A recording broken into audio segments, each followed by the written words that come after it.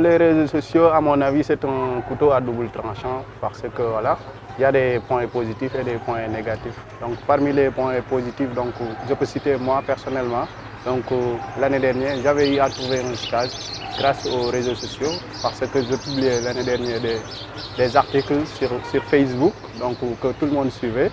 Donc par le biais de ces articles-là, un patron de presse m'avait repéré et m'avait proposé un stage.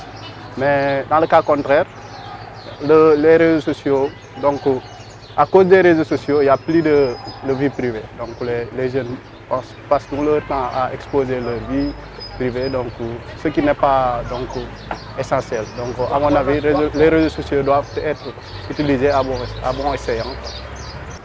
Bon, les réseaux sociaux, c'est un couteau à double tranchant. Hein. C'est quelque chose qui peut bien nous servir comme qui peut nous nuire. Hein.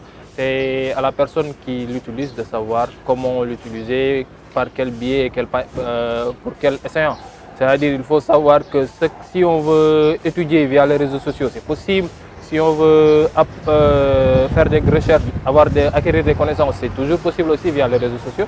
Mais aussi quand on veut nuire à sa propre personne, c'est-à-dire regarder des choses ou bien faire des recherches sur des choses qui sont nuisibles à notre propre personne, ça aussi on peut le faire via les réseaux sociaux. Tout dépend maintenant de la personne, de sa mentalité et aussi de l'éducation qu'elle acquiert chez elle.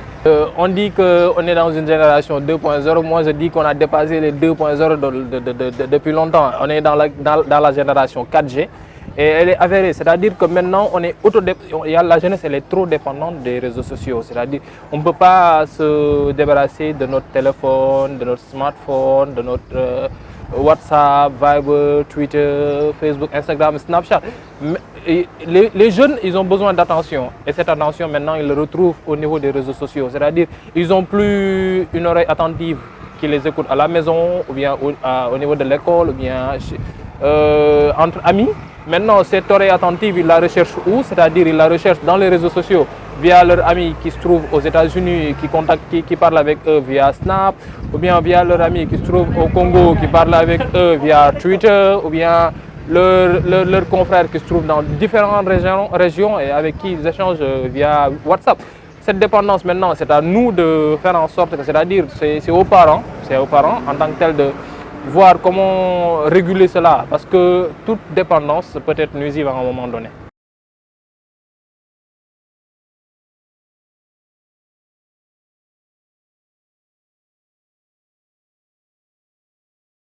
Bon, comme je vous l'ai dit tout à l'heure, donc puisque on a l'habitude donc de les utiliser, donc il faut avoir donc une bonne gestion de temps. Donc il faut utiliser les réseaux sociaux donc positivement parce que voilà, il y a des points positifs comme des points négatifs.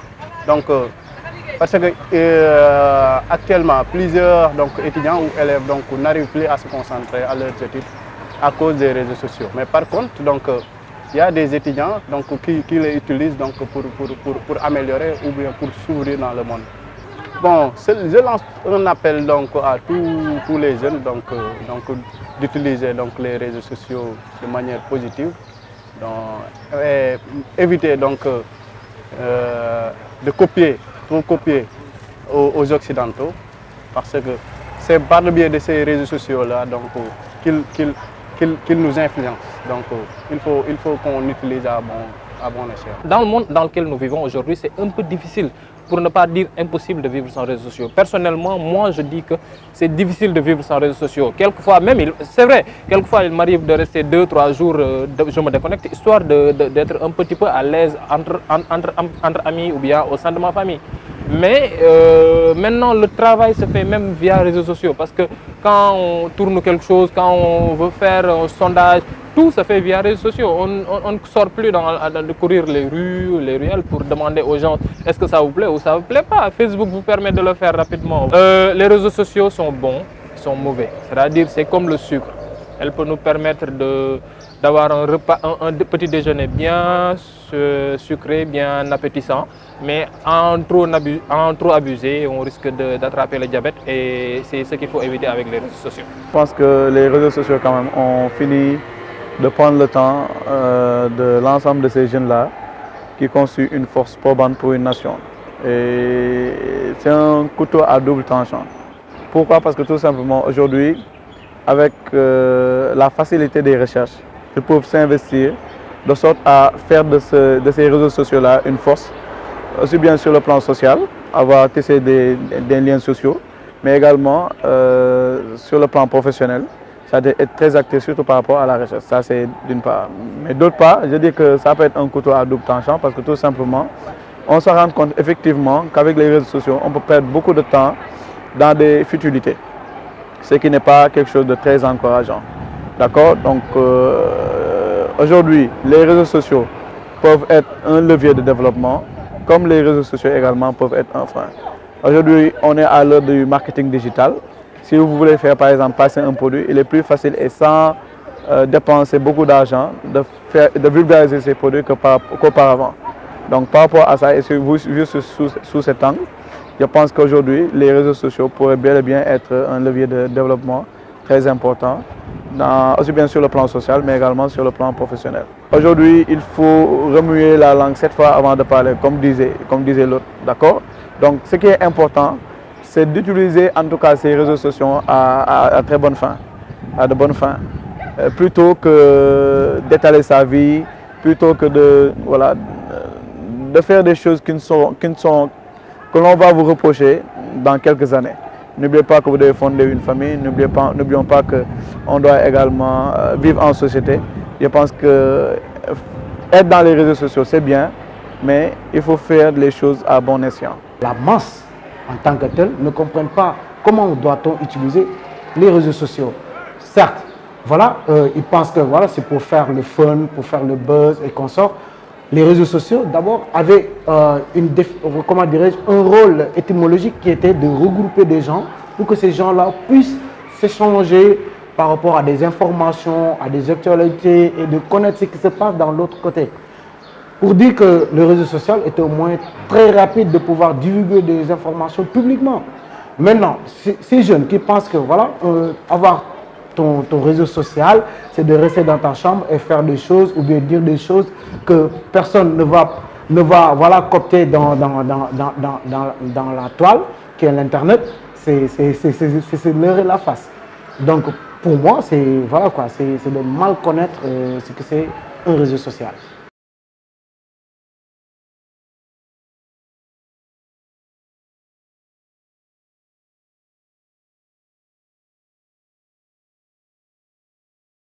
Je m'appelle Mansour Dian, je suis développeur web. Bon, monsieur Dieng, que pensez-vous de la manière dont les jeunes utilisent les réseaux sociaux? Alors, la manière, en fait, on va dire à deux niveaux. Parce que les jeunes d'aujourd'hui l'utilisent de manière très simple, en fait, de l'utilisation de base.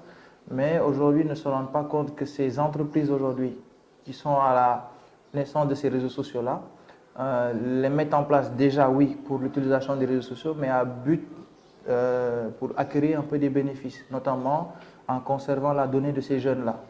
Aujourd'hui, le risque d'utilisation qu'en font ces jeunes, c'est-à-dire même les jeunes aujourd'hui ne calculent pas ce qu'ils font, c'est-à-dire toutes leurs informations journalières, mensuelles, ils le publient sur ces réseaux sociaux-là. Et ne s'inquiètent pas de ces informations mises à l'intérieur de ces réseaux sociaux, que vont-ils devenir ces informations-là? Et malheureusement, ils sont utilisés par ces médias sociaux tels que Facebook, Instagram ou autres, pour leur bénéfice à eux.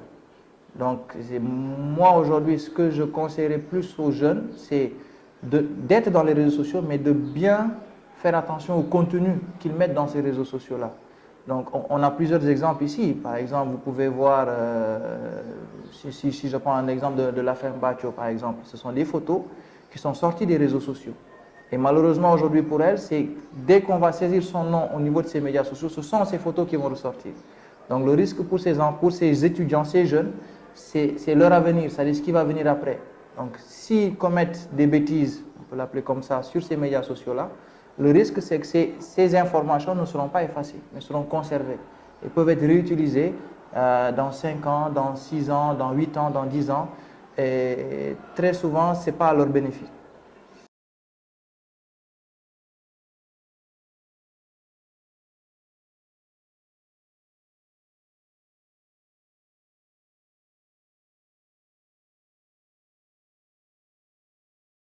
En fait, ça dépend des réseaux sociaux. Avantage, c'est l'avantage que l'on a de base, en fait. L'avantage, si je prends l'exemple de Facebook, voilà, de te connecter avec tes amis que tu n'as pas vus depuis, etc., etc. WhatsApp, voilà, le fait de communiquer sans consommer. Bon, on consomme techniquement sans crédit en achetant des passes, mais c'est-à-dire effectuer un appel sur WhatsApp, c'est beaucoup plus bénéfique que d'effectuer un appel normal. Donc, voilà, pour le moment, en fait, c'est juste l'utilisation de base, mais il n'y a pas un avantage. S'il y en a, il y a des avantages, mais elles ne sont pas aussi conséquentes que les inconvénients. Le danger des réseaux sociaux, en tout cas sur les jeunes, c'est par rapport à leur contenu, au contenu qu'ils mettent dans ces réseaux sociaux. Comme je viens de le dire tantôt, ces contenus-là ne disparaissent pas, ils sont conservés et peuvent être réutilisés après. Et par exemple, l'erreur que font beaucoup de jeunes, et moi j'entends souvent des jeunes dire voilà, c'est mon réseau social, c'est mon intimité. Non, vous n'avez plus d'intimité au moment où vous vous inscrivez dans ces réseaux sociaux-là. Aujourd'hui, vous comme moi, à une époque, on ne pouvait pas voir le profil de quelqu'un sans être ami. Mais aujourd'hui, on peut voir le profil de quelqu'un, voir ses informations sans pour autant être ami. Donc, vous voyez ces informations-là et que vous pensiez intimes, c'est-à-dire votre nom, là où vous êtes actuellement, ce que vous faites, elles ne sont plus parce que vous les publiez. Donc, les réseaux sociaux aujourd'hui, c'est ça l'inconvénient en fait, la gravité. Les jeunes aujourd'hui, ils sont jeunes, ils vont commettre des bêtises, ça va arriver, et ils vont faire l'erreur de publier ces bêtises-là. Et malheureusement, ça, l'incidence, c'est sur leur futur, ce qui va venir après. Donc, ils peuvent, comme on l'a dit, hein, certains peuvent les utiliser de manière négative sur eux. Et c'est ça, vous allez sur Internet, vous allez voir plein d'histoires liées à ça. Des jeunes qui se sont suicidés parce qu'on a publié une de leurs photos où ils n'étaient pas dans de bonnes postures. Vous allez voir quelqu'un qui s'est fait voler parce qu'il a publié sur un réseau social qui actuellement il n'est pas chez lui, il est à tel endroit. Donc les cambrioleurs supposent qu'actuellement chez lui il n'y a personne. Donc vous avez sur Internet plein d'histoires comme ça. Et c'est ça c'est un peu ça là, le point négatif de ces réseaux sociaux-là. C'est plus le contenu. En tout cas, ce que je recommande, c'est, je ne dis pas de ne pas y être, il faut y être, mais vraiment de manière mesurée. Avant de vraiment publier une certaine information, être vraiment sûr, est-ce que cette information-là, je veux réellement la publier? Est-ce que je veux vraiment que les gens sachent qu'aujourd'hui, j'ai mangé ce plat-là? Ou bien que je suis à cet endroit-là aujourd'hui? Est-ce que les gens ont vraiment besoin de le savoir? Voilà, et maintenant, tout dépend de la personne, mais le danger ici, c'est les informations qu'ils donnent en fait à ces réseaux sociaux. Parce qu'il faut rappeler que les réseaux sociaux ne forcent pas, c'est les utilisateurs qui les donnent aux réseaux sociaux. Et ensuite, ils les utilisent. Pour le moment, ils ne les utilisent pas contre eux, mais ça peut arriver un jour.